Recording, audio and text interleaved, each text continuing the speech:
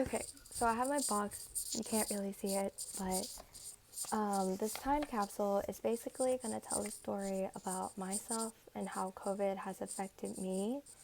So most of these items I've collected are related towards myself and to things happening globally.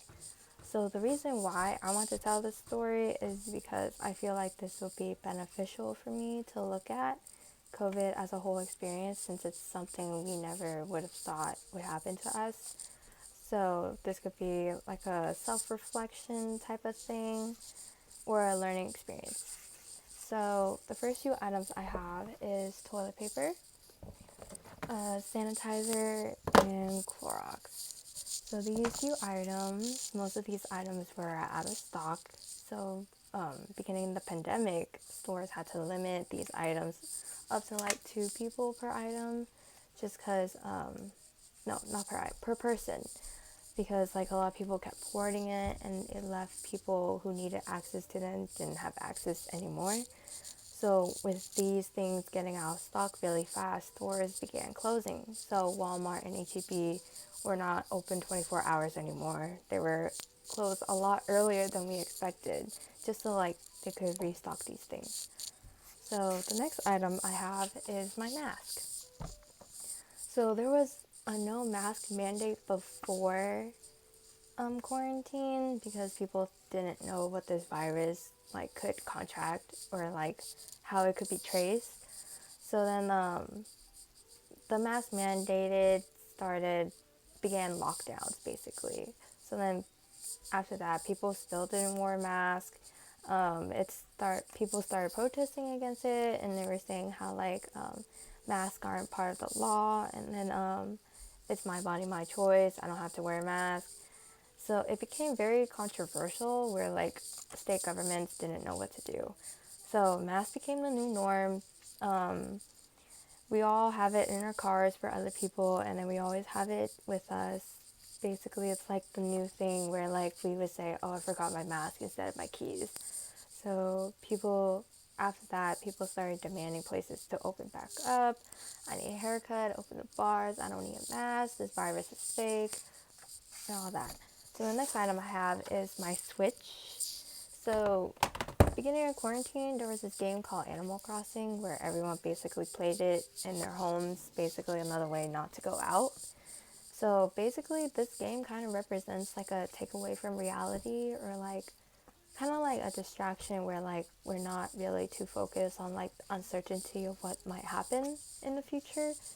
So basically, everyone was like busy and entertained by it, but then like people that actually want it, the Switches kept going out of stock. I had to buy mine for someone else, and like the only reason why they were out of stock because it came from Japan, and obviously with the whole lockdown in America banning like traveling and shipments from other countries, Japan couldn't really ship us any more Switches due to COVID. So then the next item I have is my resistance bands. Basically, that represents like working out, more like self-love and self-care about my body. I basically started a program called Chloe Tings and realized a lot of people are doing the same thing.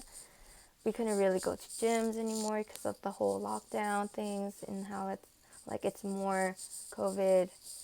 Um, it has more COVID there. Like you can actually trace it from the gyms if you didn't wear a mask. So then the next one is recipes. So I made a lot of stuff when I was in quarantine. Basically, I was experimenting because I usually don't cook, but quarantine made us cook a lot more. There was more reason to take out instead of going to restaurants. Most likely a distraction to just cook, a takeaway from reality.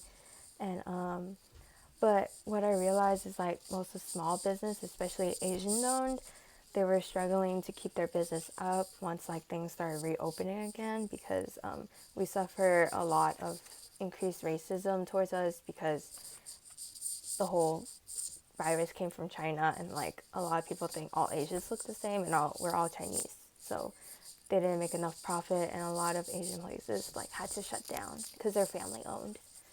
The next item I have is my iPad, which is basically representing technology. So all this time away from our friends, obviously we need to keep in touch with them. So social media, our phones, our technology was the source of way to like keep in touch with them, like FaceTime, because we really want to see the people. So we had technology had us finding things to do. Like I was on TikTok like 5 hours a day, which is really bad.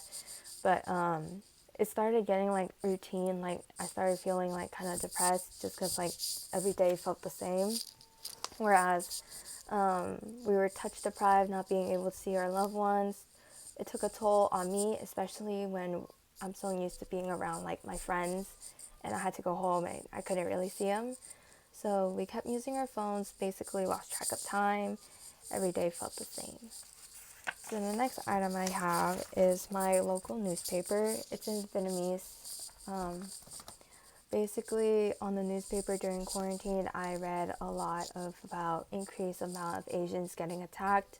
News reporters saying Chinese virus.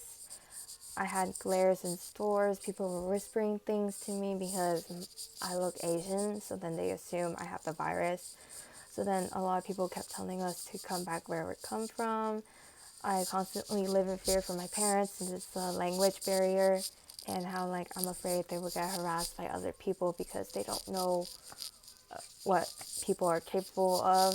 And then I saw where on Twitter where like Trump saying Chinese virus, which also increased a lot of racism towards the Asian community. There was also newspapers saying how lockdowns across worldwide, they were extending it. The next item is cotton swabs, which is basically representing my COVID testing, which is first COVID test result. So it was a big scare for me because most symptoms are similar to the allergies and the flu. I have a constant fear of catching it, giving it off to my family. I couldn't see my family or nor my grandparents because I'm young, and apparently more like we're more like likely to recover from it.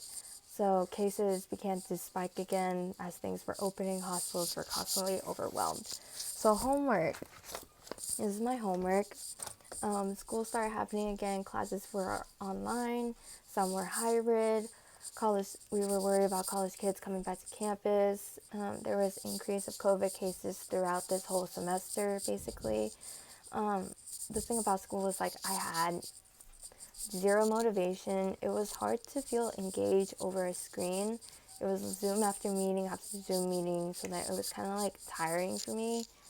But it was the same routine over and over, but it kind of felt like a choice, but I had to do it in order to graduate. So it felt like an option, but it wasn't an option. And then the next thing I have is my journaling, which is basically where I kept all my I noted down what I did every day. Every day felt the same. Emotions were feeling dreadful, lonely, sad, and I was bored always. I missed being touched and held without scaring anyone. Catching COVID, I started to fall into a depression where like it was like all the uncertainty and my anxiety was getting worse. So then I went to a protest. It says no justice, no peace. Basically, all these protests broke out because death of George Floyd, death of Breonna Taylor, death of Mohamed Arbery, death of Tony McDade, death of João Pedro Matros Pinto. It was police brutality. It was a heat topic. Protests started breaking out throughout the entire states. Lots of crowds. It was getting worrisome because of COVID, but everyone was wearing masks. Everyone was stood 6 feet apart. Rubber bullets, tear gas. It's still controversial to this day because I had an argument with my parents. So basically, I was planning to place this capsule behind my house so I can come back and look back on times where I lived through a history book. I chose home because that's where I spent most of my quarantine. When I had to leave College Station and come back home, it was kind of like unexpected because it was obviously my junior year. I was about to get my ring and didn't happen to have a ring day. Spent nearly all my time here, so I would rather put it back home and come back. So I want to open this capsule when it's January of 2022, because that by then we would have a vaccine. Things probably won't come back to normalcy, but there's a possibility that things will be better than what it is now. Sometimes I would like to see a progression, see from now till then. Anyways, that is my capsule. Thank you for tuning. So I had my Clorox, and then I had my recipe, and then I had my journal, and then I had toilet paper, and my mask, and then sanitizer, and then newspaper, and then my resistant bands, and then my homework, and then my cotton swabs, my iPad, and then I had the poster. And this is me sealing it up, basically. Okay, bye!